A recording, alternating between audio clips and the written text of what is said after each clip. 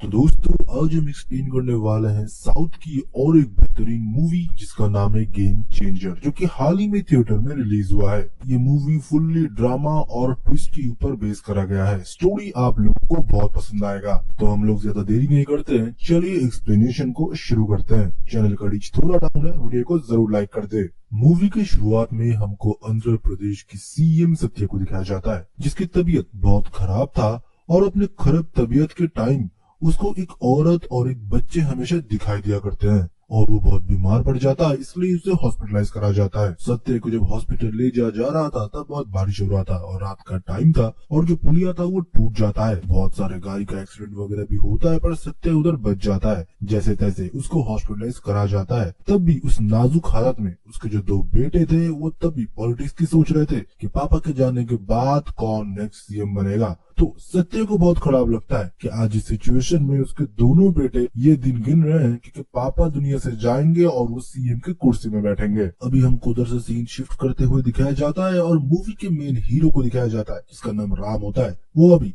कुछ गुंडों से लड़ रहा होता है। उसके पीछे भी एक रीजन है। अभी राम आईएएस के पोस्ट में है। इससे पहले राम आईपीएस हुआ करता था, जिस टाइम में उसने बहुत सारे क्रिमिनल्स को पकड़ा था, मारा था और जेल के अंदर ठूसा था। तो वो बदला लेने के लिए वो लोग फिर से आए और यूजुअली राम उनको फिर से वही तरीके से बहुत अच्छे से पीटता है। फिर उधर से सीधा हम जाते हैं राम के घर में, जहाँ पर हम देखते हैं कि उसके पेरेंट्स चाहते थे कि राम शादी कर ले और सेटल हो जाए, पर राम ही नहीं चाहता। वो बोलता है कि मेरे शादी में कोई इंटरेस्ट नहीं है। फिर उधर से वो निकल जाता है और अपने ऑफिस में जाता है। ऑफिस में जाने के बाद वो अपने दफ्तर के लोगों को बोलता है कुछ लोगों की लिस्ट बनाना है जो लोग सरकार को धोखे में रख रहे हैं। वो लोग टेंडर वगैरह लेते हैं पर लोगों को इससे सर्विस नहीं देते। जो लोग प्लान पास करवाते हैं कुछ ऐसे कि उनको सब्सिडी मिले, पर वो प्लान वैसा होता ही नहीं है। वो ज्यादा मुनाफा करने के लिए कुछ भी इमारतें बना लेते हैं। मेरे रीजन में जो सिस्टम है वो पूरा करप्ट हो चुका है। उन लोगों की लिस्ट बनाओ, उनको ऑफिस बुलाओ, उनको हम समझाएंगे। तो वैसे लिस्ट बनता है, उन लोगों को ऑफिस में बुलाया जाता है। उनको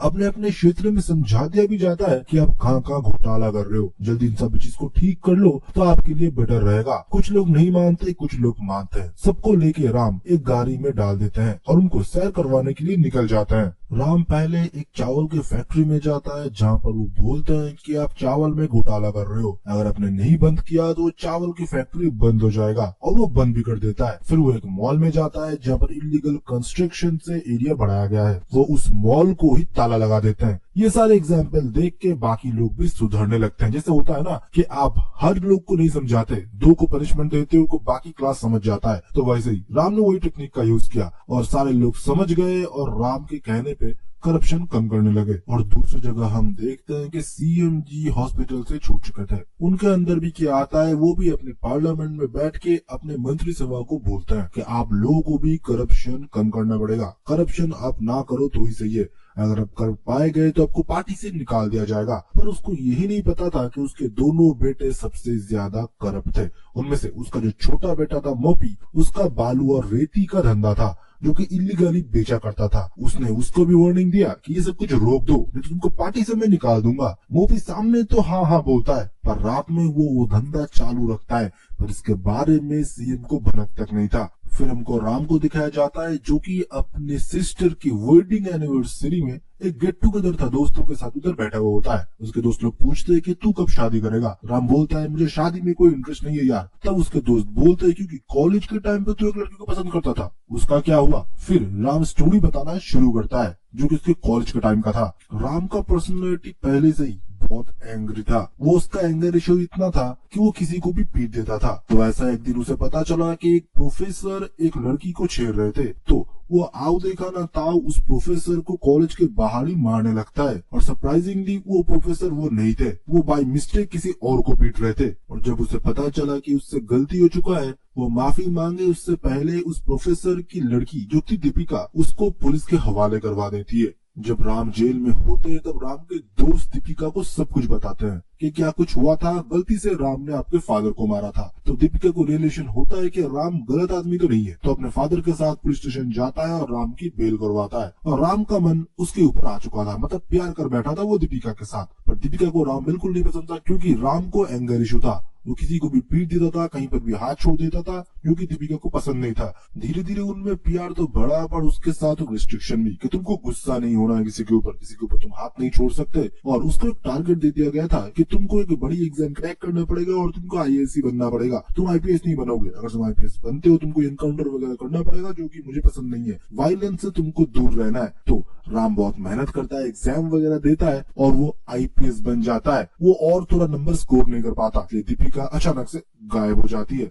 फिर से राम मेहनत करता है, पढ़ाई करता है और जाके वो आईएएस बन जाता है, पर दीपिका उसे मिलती ही नहीं, मानो वो अचानक से गायब हो चुकी थी। ये सब कहानी जब सारे दोस्त सुन रहे होते हैं, उनमें से एक दोस्त बोलता है, भाई मैं नया नया शिफ्ट किया हूँ एक जगह, तू जैसे बता रहा है ना, एक लड़की मेरे नजर में ये हुबहू दीपिका हो सकती है, पर मैं श्योर नहीं हूँ। ऊपर से मैं दारू भी पी चुका हूँ तो मुझे याद नहीं है, मैं तुझे कल बताता हूँ। दूसरी जगह आपको याद होगा कि मोपी का इलीगल बालू का बिजनेस था, जो कि पता चल चुका था राम को, और राम ने उस लोकेशन से ही मोपी के आदमी को अरेस्ट कर लिया था। फिर नेक्स्ट डे मोपी ऑफिस आता है और राम को धमकाता है कि मेरे सारे आदमी को छोड़ दो, तुम्हें पता नहीं मेरे पीछे किसका हाथ है, और मैं चाहूँ ना तुमको ट्रांसफर भी करवा सकता हूँ और तुम्हारे पूरे फैमिली को खत्म भी करवा सकता हूँ। राम फिर उसे बोलता है, मैं एग्जाम दे के इस जगह आया हूँ, मुझे सारे पावर्स के बारे में पता है कि तुम क्या कर सकते हो और मैं क्या कर सकता हूँ। तुम्हारी तरह मैं पैसे खिला के पार्टी में पोस्ट नहीं लिया हूँ, मेरे क्वालिफिकेशन से मैं आज इस पोजीशन में हूँ कि मैं चाहूँ तो तुम्हारे ऊपर मैं लीगल एफआईआर फाइल कर सकता हूँ और तुम्हारे ऊपर चार्जशीट भी फाइल कर सकता हूँ, तुमको जेल भी होगा। और ये सुनने के बाद मोपी हंसता है कि उसे लगता है ना कि पॉलिटिक्स में आप हो तो आप कुछ भी कर सकते हो, आप कहीं पर भी कुछ भी चेंज कर सकते हो। और ये सब कुछ सुनने के बाद मोपी उधर से चला जाता है, पर दोनों में टकरार दिख रहा होता है।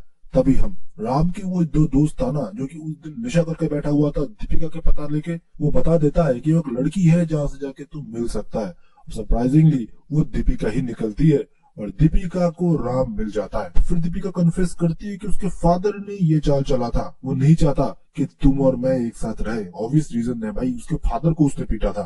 तो जो भी हो, फिर दीपिका लेके जाती है उसके कमरे में जहाँ पर वो बच्चों को ट्यूशन दिया करती थी, और एक बूढ़ी औरत जो कि मेंटल डिसबैलेंस है उनका देखभाल किया करती है, क्योंकि वो हर टाइम हर दिन सीएम को एक चिट्ठी लिखा करती है जो कि सीएम तक पहुंचाना चाहते हैं, पर वो नहीं पहुंचा पाती, जो कि असुविधाएं है। पर राम बोलता है कि मैं सीएम तक ये चिट्ठी जरूर पहुंचाऊंगा, और आज सीएम का इधर मीटिंग भी है, आप चाहे तो उधर जाकर उनसे मिल सकते हो। फिर हमको दिखाया जाता है कि सीएम मीटिंग करते हैं, जहाँ पर वो पागल औरत भी होती है जो कि सीएम को देखते ही उससे चीख पड़ती है और ये बोलती है, तू जो कुछ भी वादा कर रहा है वो तू कभी निभा नहीं पाएगा, तू एक करप्ट सीएम है और इधर दूध में घोटाला हो रहा है जो कि तुझे पता है, और वो और कोई नहीं तेरा बेटा कर रहा है मोपी। और मोपी को तो बहुत गुस्सा आता है, वो उस लेडी के ऊपर हाथ छोड़ने के लिए जाता है, पर उधर आ जाता है राम उसको बचाने के लिए। तब सत्या उसे रोकता है, और सत्या को वो जो पागल औरत थी ना, उसमें भी वो बच्चा और औरत दिखता है जो कि सत्या को पहले दिखा था जब वो हॉस्पिटलाइज हुआ था। पर उस बीच में मोपी को बहुत गुस्सा आता है और वो उस औरत के ऊपर हाथ छोड़ने के लिए जाता है, पर राम उसका हाथ रोक लेता है और दोनों में थोड़ा हाथापाई होता है। फिर सत्या उन दोनों को रोकता है, पर मोपी चाहता था कि उसके फादर राम को जॉब से निकाल दे।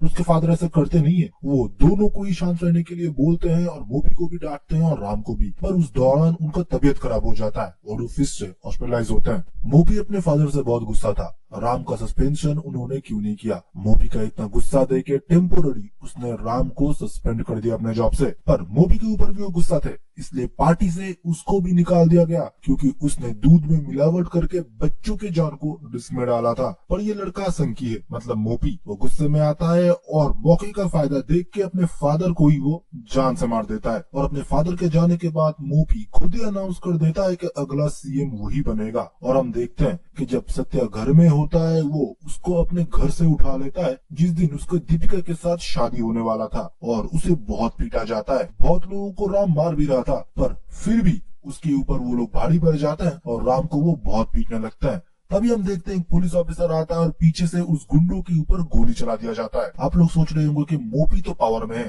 पुलिस भी उसकी बात सुनेगा, पर राम को बचाने के लिए पुलिस ऑफिसर क्यों गोली चला रहे हैं। इधर ही गेम खेल दिया जाता है। मतलब जो पुराने जो सीएम थे जो कि मर चुके हैं, सत्या, उनके जो सहायक थे वो पहले एक वीडियो रिकॉर्ड कर लिए थे जो कि सीएम का खुद की जुबानी था। उन्होंने अगला सीएम अनाउंस कर दिया था जो कि और कोई नहीं वो राम होता है। और सीएम का लास्ट वर्ड ये भी था कि राम ही मेरा क्या क्रम करेगा, जो कि होता भी है। सत्या का जो सहायक था, मतलब जो सेक्रेटरी, उसको राम के पास्ट के बारे में सब कुछ पता है। फिर वो राम को कहानी बताना शुरू करता है उसके फादर की। फिर वो राम को कहानी बताने लगे कि आज से बहुत साल पहले अन्नप्पा जी, मतलब जो कि तुम्हारे पापा थे, उन्होंने हमारे गांव के लिए बहुत कुछ किया था। जब एक स्टील की फैक्ट्री हमारे गांव में बनने वाली थी, वो भी इलीगल, उन्होंने जाके उस फैक्ट्री ओनर को रोका और हम लोग एक साथ जुड़ने लगे। इसी के साथ उन्होंने हमारे गांव में शिक्षा लाया, लाइट वगैरह सब कुछ उनकी ही देन थी। धीरे धीरे उनके साथ लोग जुड़ने लगे और जिस सत्या का क्रियाक्रम तुमने किया था ना, वो भी उनके नीचे ही काम करते थे। ये लोग एक दूसरे को दोस्त भी मानते थे और उनके साथ मैं भी था। काम जोरों शोरों से चल रहा था, गांव का विकास भी हो रहा था। उसी के साथ हम लोगों ने एक सजेशन दी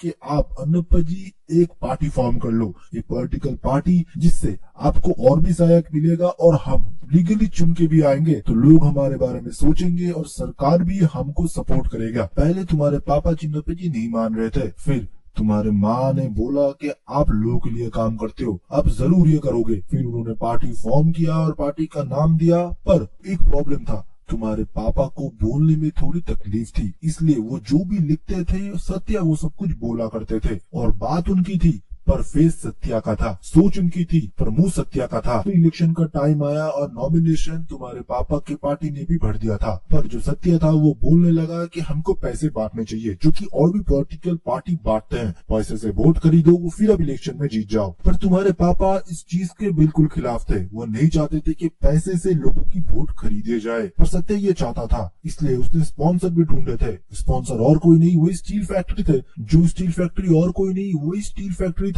जो कि करप्ट तरीके से हमारे गांव में धंधा करना चाहता था, जिसको कि तुम्हारे पापा ने गांव के बाहर निकाल दिया। उसका ओनर पूरे पॉलिटिकल पार्टी को फंड करने के लिए तैयार था, पर तुम्हारे पापा इसको बिल्कुल सपोर्ट नहीं कर रहे थे। जब धीरे धीरे तुम्हारे पापा के हाथ से सब कुछ निकल रहा था, वो लोग पैसे भी बांट रहे थे, तो तुम्हारे पापा ने डिसाइड किया कि इलेक्शन कमीशन को जाके सब कुछ बता देंगे। उन्होंने ये तक की ऐलान कर दिया था कि ये पॉलिटिकल पार्टी वो बंद कर रहे हैं, और वो जाके इलेक्शन कमीशन को सब कुछ बताने भी वाले थे। वो अपने फैमिली के साथ ट्रैवल कर रहे थे, उनके साथ तुम्हारी माँ और तुम भी थे। तब तुम बहुत छोटे थे, तो उनके दोस्त ने उनको बाहर बुलाया और दोस्त समझ के उन्होंने बाहर गया कुछ समझाने के लिए, पर उनको जान से उन लोगों ने धोखे से मार दिया और तुम्हारी माँ और तुम भटकने लगे थे। तुम दोनों इधर उधर भटकने लगे और तुम लोग शहर आ गए। राम को इसके बारे में कुछ भी नहीं पता, क्योंकि उसकी माँ ने उसको इसके बारे में कुछ भी नहीं बताया। राम को अडॉप्ट करा गया था। उसकी असली माँ और कोई नहीं, वही पागल औरत थी जो कि सीएम को हर टाइम लेटर लिखा करती थी। और तुम्हारे फादर के जाने के बाद सत्या ने खुद इलेक्शन जीत लिया था और नेक्स्ट सीएम बन गया। राम को तब बहुत बुरा लग रहा था, जिसने उसके फादर को मारा उसका एक क्रियाक्रम राम ने किया था। तब उसका असिस्टेंट बोलता है कि सत्या को बहुत पछतावा था। जब वो आखिरी दिन गिन रहा होता है, वो एक औरत और एक बच्चे को देख रहा था, जो कि और कोई नहीं, उसके पापों का प्रायश्चित था, जो कि तुम और तुम्हारे माँ थे। इसलिए उसने तुमको इस सीएम के पद के लिए चुना। फिर जब राम डिसाइड करता है कि वो शपथ लेगा सीएम के पोस्ट के लिए, तब मोपी अपोज करता है। वो ये बोलता है कि तुम अभी भी सरकारी नौकरी में हो, तुमको टेम्पोररी सस्पेंड करा गया है, तो एक सरकारी नौकरी करते हुए तुम सीएम के पद के लिए शपथ नहीं ले सकते। राम तब बोलता है, मुझे सीएम नहीं बनना है, वो तुम बनो, मुझे उसमें कोई इंटरेस्ट नहीं है, मुझे जनता के लिए काम करना है, लोगों के बीच रह के। फिर हम देखते हैं कि उसके फादर मतलब सत्या जाने के बाद मोपी ही अगला सीएम बनता है। मोपी सीएम बनने के बाद वो लोग डिस्कस कर रहे होते हैं कि एक ट्रांसफर लेटर लिखो जो कि राम का होगा, इधर से बहुत दूर उसको भेजना है, और वो लिखने के बाद सीएम उधर सिग्नेचर करे। उससे पहले हम देखते हैं कि उधर और कोई नहीं, राम आ जाता है, जो कि अभी इलेक्शन कमिश्नर बन चुका है। वो नेक्स्ट 2 महीने में इलेक्शन की घोषणा कर देता है। मतलब अभी सीएम का सिग्नेचर का कोई वैल्यू नहीं है। इसका मतलब ये हुआ कि अब उसका ट्रांसफर नहीं हो सकता, जो कि राम को अच्छे से पता था, क्योंकि भाई वो पढ़ के इधर आया है, पैसे दे के नहीं। फिर से हम देखते हैं कि इलेक्शन जब घोषणा होता है, फिर से पैसे इकट्ठे होना शुरू कर देता है मोपी, और पैसे देना शुरू कर देता है गाँव वालों को। पर इस बार राम उनको समझाने के लिए जाता है और ये बोलता है, आप लोग 2-2 हजार रुपए क्यों लेते हो? आपको पता है कि आपके असली रेट क्या होना चाहिए? 20,000 रुपए।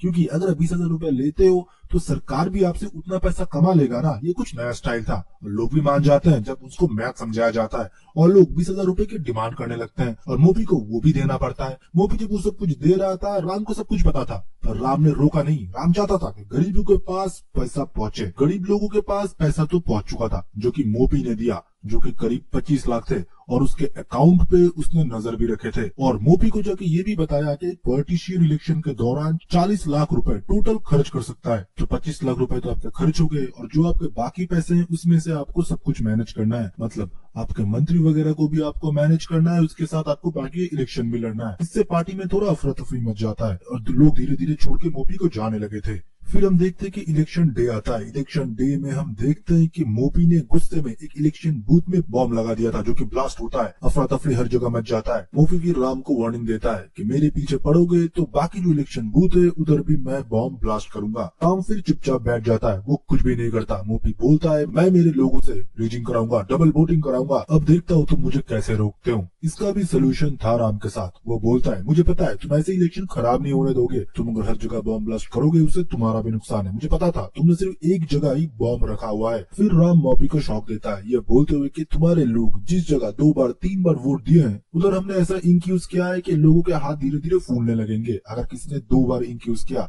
हम ऐसा इंक यूज कर रहे थे। फिर हम देखते हैं कि उसके हर एक लोग जिसने डबल वोटिंग किया है उसके हाथ फूलने लगे थे, मतलब उस एरिया में फिर से री इलेक्शन होगा। मोपी के पास तब कोई ऑप्शन नहीं था। री इलेक्शन होने के बाद जो ईवीएम था उसको चुराने के अलावा और उसको तोड़ने के अलावा, पर राम इस बार भी नहीं चुका। उसने हर एक ईवीएम मशीन को गाड़ी से नहीं, उसने ड्रोन के थ्रू भेजा था जहाँ पर काउंटिंग होगा। जहाँ पर काउंटिंग हो रहा था उस जगह भी मोपी ने अटैक कर दिया, और उधर राम था उसको रोकने के लिए। फिर उन दोनों में घमासान फाइट होता है। और आप लोगों को याद होगा जब राम के फादर ने बोला था अनप्पा जी ने कि मैं इस पार्टी को छोड़ रहा हूँ और नया पार्टी में बनाऊंगा, वो पार्टी आज भी एक्टिव था, जो कि लड़ रहा था हर साल। राम के आने के बाद वो पार्टी लीड करने लगा था और इलेक्शन में वो पार्टी जीत जाता है और राम को सीएम के पद के लिए चुनते हैं। मोपी का फिर सर्वनाश हो जाता है, उसका पार्टी का पद तो जाता है, इसके साथ ही साथ उसका बेइज्जत भी बहुत होता है। राम उसे बहुत पीटता है। फिर सीएम की कुर्सी में बैठता है राम। इसी के साथ गेम चेंजर मूवी का एक्सप्लेनेशन खत्म होता है। बहुत सारे ट्विस्ट थे, बहुत सारे टर्न थे। आई होप आपको एक्सप्लेनेशन पसंद आया होगा। वीडियो को जरूर लाइक करके जाइए। हम नेक्स्ट और एक बेहतरीन